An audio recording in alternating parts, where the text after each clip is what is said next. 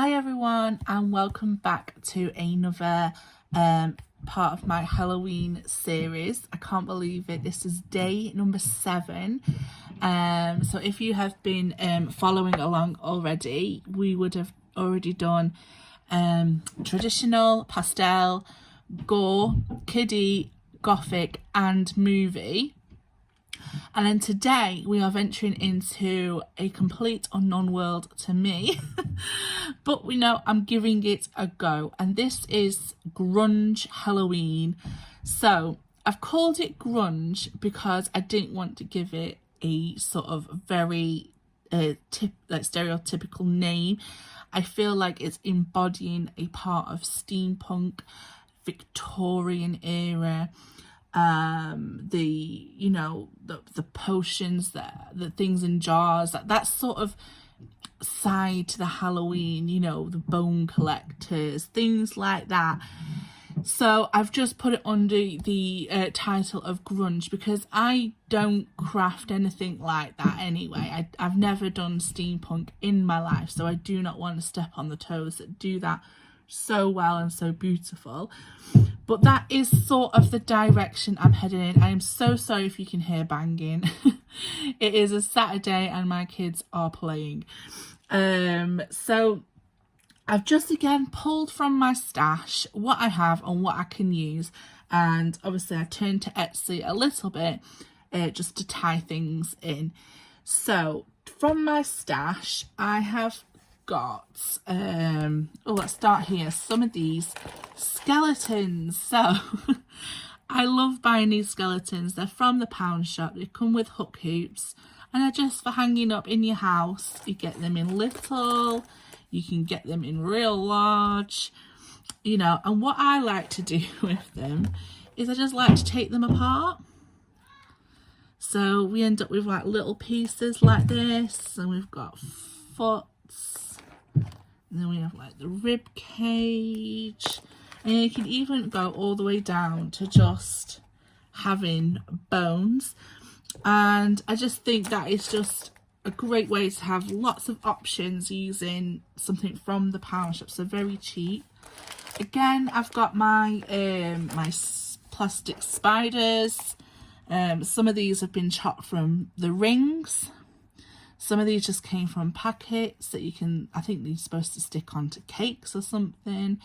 But yeah, I've just got a handful of plastic spiders, and again, the Halloween critters. These were, I hope they're going to sell these again because I'm starting to run out. But because they're so small, I mean, you do get the odd big one, but because they're so tiny, they just add a little bit of that interest onto your project. And I really like using these. There's little ants and little spiders like that. So I've got a bag of them still. And then also my bats. These are like the rubber bats, but I really love their detail.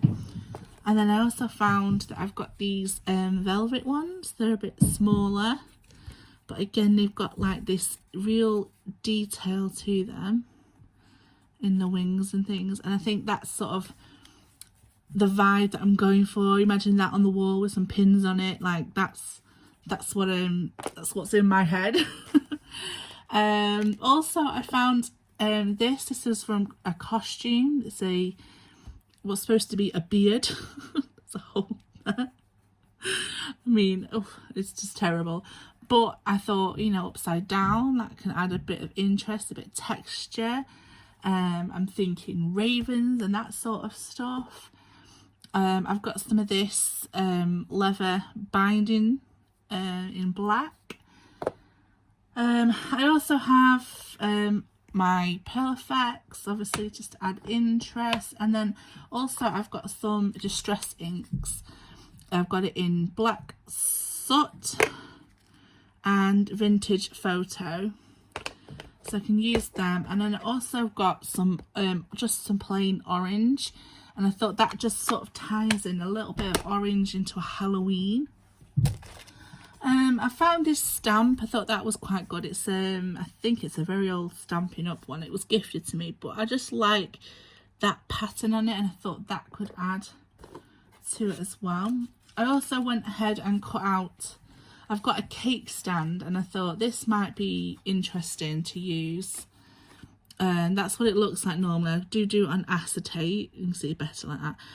You know, to have things inside jars. So it comes in 2 sizes. I don't know which will work or what not, or if they do work. I'm just playing with what stash I have.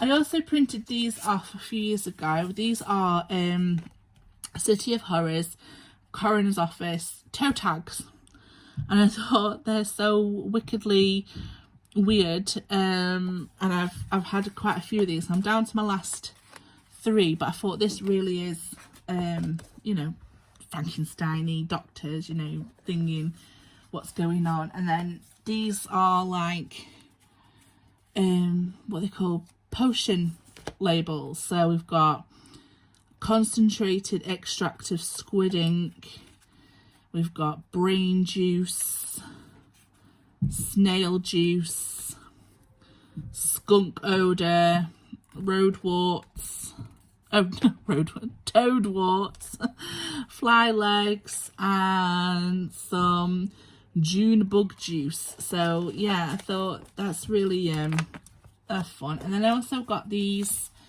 plain tombstones as well, and these are all license free images that you can print off and use. I also picked up these stickers from the pound shop. Now, I'm not really into the holographic background. I think that kind of does distract from it. But again, it is Halloween, so we can add a little bit of sparkle. But I love the fact that these are real life photography photos. So we'll see how they get on and see if they work with it. Again, I'm doing the 6x4 tag. And then from Etsy, I'll just quickly show you. I've got these papers. So I've got this one, which are good for cutting out. And then also this one with the bat as well. So I got them and these images. Now these are all a bit of a mix up. There's like butterflies, and then there's this bat with this sort of closed wings. We've got the this image. I don't know what it is, but it does say sort of that era, that Victorian era. We've got a raven. We've got a man with a raven on his head. There's another raven, and then we've got potion bottles. We've got a weird cat with many eyes, and then we have this image of a lady with a flower growing out of her head. So that kind of stuff, really, the weirdness, the quirkiness is what I'm picturing. So let's just see what happens. I'm going to pop up now a couple of images that I've created as a mood board that I've done from Pinterest that will sort of explain what's inside my head, and then I'll get to crafting, and I'll be back to show you the finished tag. All right.